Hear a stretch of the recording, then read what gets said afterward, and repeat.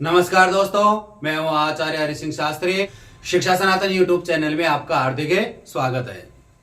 मित्रों, आज हमें अगले टॉपिक में अव्यय पद पढ़ने जा रहे हैं। इसमें है अव्यय पदानी न वेति इति अव्ययम, यानी कि जिस शब्द में विकार या परिवर्तन नहीं होता हो वह अव्यय कहलाते हैं। यानी कोई सा भी शब्द हो जिसमें न तो किसी भी प्रकार का विकार होता हो न किसी प्रकार का परिवर्तन होता हो, उन्हें अव्यय कहते हैं। कारिका है सदृशम त्रिषु लिंगेषु सर्वासु च विभक्तिषु वचनेषु च सर्वेषु यन्न वेति तदव्ययम्। यानी कि जिन शब्दों या पदों पर लिंग, वचन, पुरुष और काल का कोई प्रभाव नहीं पड़ता हो, अर्थात तीनों लिंगों में, तीनों वचनों में, काल और सभी विभक्तियों में एक समान रहते हैं, जिनके रूप में किसी प्रकार का कोई परिवर्तन नहीं होता है, उन्हें क्या कहते हैं? अव्यय कहते हैं। त्रिषु लिंगेषु यानी सभी लिंगों में, सर्वासु च विभक्तिषु सभी विभक्तियों में, च यानी और, सर्वासु च वचनेषु सभी वचनों में, यन्न वेति तदव्ययम् कोई प्रकार का, किसी भी प्रकार का परिवर्तन नहीं होते हो, ये नहीं होता है, वो क्या कहलाते हैं? अव्यय कहलाते हैं। यानी कि जिन शब्दों या पदों पर लिंग, वचन, पुरुष और काल का कोई प्रभाव नहीं पड़ता हो, अर्थात तीनों लिंगों में, वचनों में, काल और सभी विभक्तियों में एक समान रहता हो या रहता है, जिनके रूप में किसी प्रकार का परिवर्तन नहीं होता है, उन्हें क्या कहते हैं? अव्यय कहते हैं। कैसे? जैसे तत्र, यत्र, च, अपि आदि, इनमें किसी प्रकार का कोई परिवर्तन नहीं होता है। अब हम देखते हैं इनके अव्यय के शब्द हैं, उनके अर्थ को देखते हैं, कौन कौन से अव्यय दे रखे हैं। स्वैरादि, निपातम्, अव्ययम्। स्वरादि निपातम् अव्ययम्, यानी कि स्वर आदि, स्वर आदि एवं निपात की अव्यय संज्ञा होती है। स्वर आदि की या स्वर आदि निपात की अव्यय संज्ञा होती है। स्वर आदि क्या है? जैसे स्व, स्व यानी स्वर्ग, अप यानी भी, ये आदि हो गए। उसके बाद में निपात, निपात किसे कहते हैं? कि निपात उसको कहते हैं, निपात, निपात है कि निपात का प्रयोग, निपात का प्रयोग एक निश्चित शब्द या पूरे वाक्य को श्रव्य, भावार्थ प्रदान करने के लिए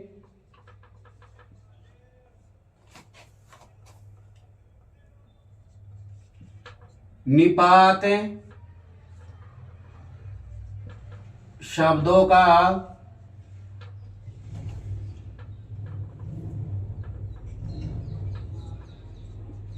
प्रयोग किया जाता है। यानी कि जो निश्चित शब्द या पूरे वाक्य को बनाने के लिए जिसका प्रयोग किया जाता है वो निपात कहलाते हैं। जैसे च का प्रयोग करेंगे तो कोई भी श्लोक या शब्द बनाएंगे तो च का प्रयोग करेंगे। एव शब्द है, ही है, भी है आदि शब्द ये क्या कहलाते हैं? निपात कहलाते हैं। स्वरादि निपातम अव्ययम, स्वर आदि एवं निपात की अव्यय संज्ञा होती है। निपात किसे कहते हैं? निपात का प्रयोग एक निश्चित शब्द हो या पूरे वाक्य को श्रव्य भावार्थ में प्रयोग करने के लिए जो बनाए जाते हैं उन्हें निपात कहते हैं। जैसे च, एव, ही आदि का प्रयोग किया जाता है। अब हमें क्या करते हैं? स्वरादि है, ये अव्यय शब्द है, इनके पहले तो शब्द लिखेंगे अव्यय शब्द, फिर उनके अर्थ लिखेंगे। यहां पर लिख देते हैं जैसे अव्यय, ये तो हो गए अव्यय। इसका अर्थ होगा, तो इसका अर्थ क्या है? शब्द का अर्थ क्या बनेगा? जैसे अपन यहां बनाते हैं स्वर या स्वर, क्या होगा? स्वर या स्व, इसका अर्थ क्या होगा? स्वर्ग। अर्थ क्या होगा? स्वर्ग। उसके बाद में है अंतरे या अंतय, अर्थ क्या होगा इसका? अंत या मध्य।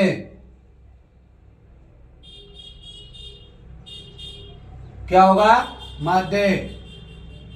प्रातः या प्रातः क्या होगा? सुबह। अर्थ क्या होगा? सुबह। पुनः, पुनः का अर्थ क्या होगा? फिर या फिर से। उच्चई, उच्च यानी ऊंचा। उच्च यानी क्या होगा? ऊंचा। निश्चय, उच्चय निश्चय यानी नीचा। अर्थ क्या होगा? नीचा। शैनई, शैनई का अर्थ क्या होगा? धीरे धीरे।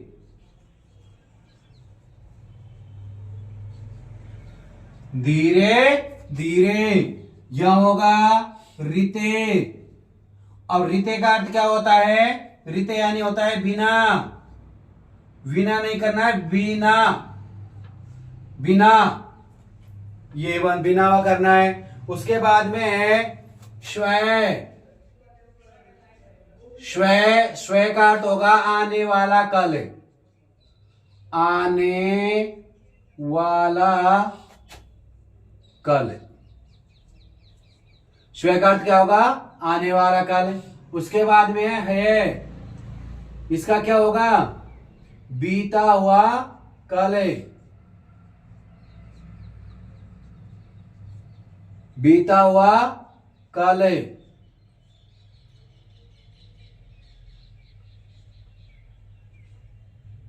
उसके बाद में दिवा। दिवा का क्या होगा? दिन। रात्रौ, रात्रों को क्या होगा? रात में। सायं, सायं का अर्थ क्या होगा? सायं काल या सायं काल। उसके बाद में है अपि। अपि यानी क्या होता है? भी। इति, इति यानी क्या होगा? ऐसा। एव, एव यानी क्या होगा? समान। उसके बाद में है कदा। कदा यानी कबे। देखते हैं यहां तक है। स्वर या स्वय क्या होगा? स्वर्ग। अंतर या अंत, मध्य।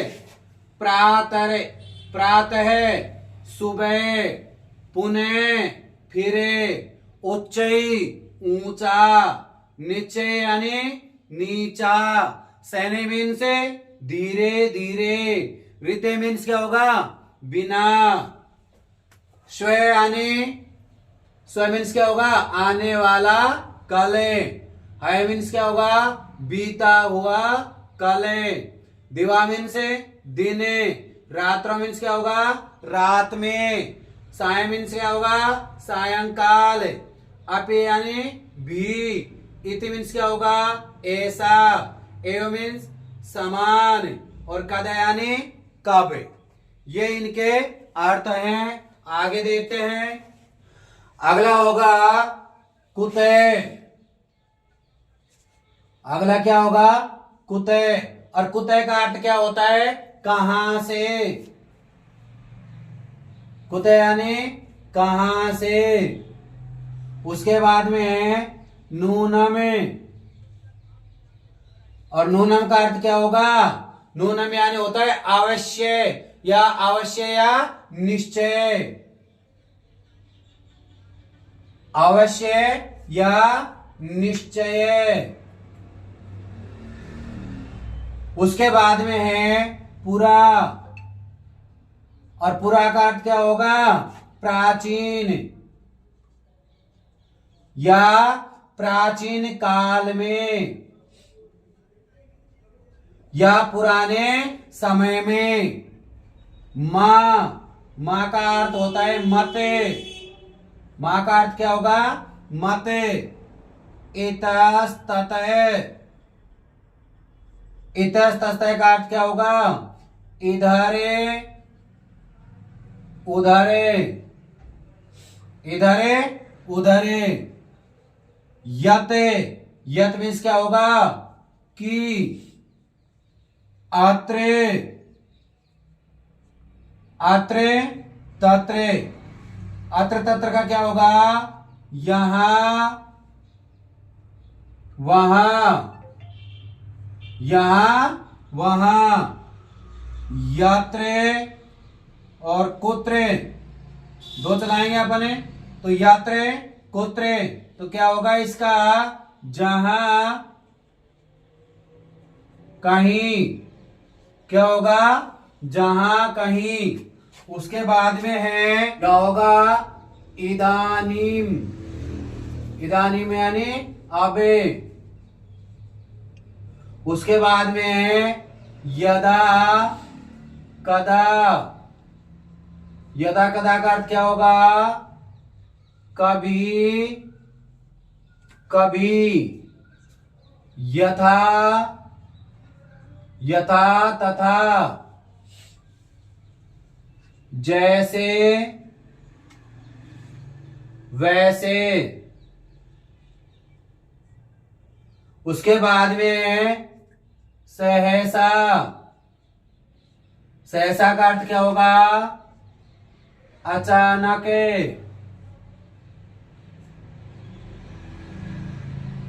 अचानक हो गया। उसके बाद में है अधुना, अधुना का अर्थ क्या होगा अबे, अधुना का अर्थ क्या होगा अबे। बही, बही का अर्थ क्या होगा बाहर। उसके बाद में है वृथा, और व्यर्था का अर्थ क्या होगा व्यर्थ। कदापि, कदापि के क्या होगा कभी भी, कभी भी। चयानी और। उसके बाद में यदा, यदा यानी जब, और तदा, तदा यानी तबे। देखिए कुते, कुते मीन्स क्या होगा कहां से। नून में अवश्य या निश्चय। पुरा प्राचीन काल में या पुराने समय में। मते, इतस्ततः या इतः ततः भी हो सकता है क्योंकि से का विसर्ग हो जाता है। तो इतस्ततः का क्या होगा? इधरे उधरे, यते किम, अत्रे तत्रे, अत्र यानी यहां, तत्र यानी वहां। तो एक साथ में लिखेंगे तो क्या होगा? यत्र तत्र मीन्स क्या होगा? यहां वहां। यत्र है कुत्र, जहां कहीं, क्या होगा? जहां कहीं। उसके बाद में है इदानीम, इदानीम के क्या होगा? इदानीम मीन्स यानी अबे। तदा कदा, कभी कभी, यदा कदा, कभी कभी। यथा तथा, जैसे वैसे। सहसा मीन्स क्या होगा? अचानक। अधुना मीन्स क्या होगा? अबे। बाई मीन्स बाहर। वृथा मीन्स व्यर्थ। कदापि मीन्स क्या होगा? कभी भी। च यानी और। यदा मीन्स जबे। तदा मीन्स क्या होगा? तबे। यहां तक आपको अच्छी तरह से समझ में आ गया होगा। वीडियो को देखते रहिए और लाइक भी करते रहिए। आगे देखते हैं आगे। यदि, यदि और कौन सा शब्द लेंगे? तरही। यदि और तरही लेंगे तो क्या बनेगा? यदि, यदि और तब, यदि तब। उसके बाद में है अद्य। अद्य का अर्थ क्या होगा? आज। क्या होगा? आज। अलम, अलम का अर्थ क्या होगा? एक तो देखो निषेध अर्थ में भी क्या काम लिया जाता है और एक पर्याप्त अर्थ में भी काम लिया जाता है। अलम पर्याप्त। देखिए चतुर्थी विभक्ति पढ़ते हैं अपन कारक में तो नमः, स्वस्ति, स्वाहा, स्वधा, अलम, वसड़ी होगा से। तो वहां इसको अलम को भी काम में लिया जाता है निषेध अर्थ में, तो वहां अलग विभक्ति होगी। पर्याप्त अर्थ में लेंगे तो वहां अलग विभक्ति का प्रयोग हमें करते हैं। उसके बाद में है अंत। अंत यानी क्या होगा? अंदरे। अंत यानी अंदरे। अधे, अधे का अर्थ क्या होगा? नीचे। अधे यानी नीचे।